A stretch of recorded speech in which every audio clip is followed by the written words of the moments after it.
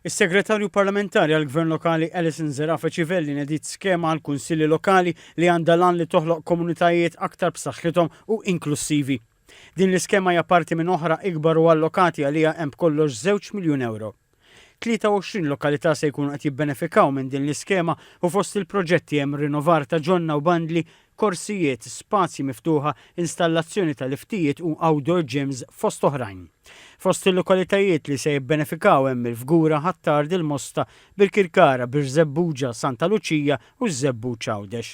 Is-Sindku tal-Fgura Clayton Kaskun Portelli spjega kif il-Kunsill se jkun qed juża dawn il-fondi biex jibni infrastruttura ġdida ta' bankini ġodda fi triq Ħompex. Min-naħa tiegħu id-Direttur Ġenerali tad-Dipartiment tal-Kunsilli Lokali Emil Vassallo qal li l-investiment fil-Kunsilli Lokali qed jikber, kompla jgħid li l-kunsilli huma l-aktar qrib in-nies u jafu r-realtajiet tagħhom ħafna aktar minn ħaddieħor.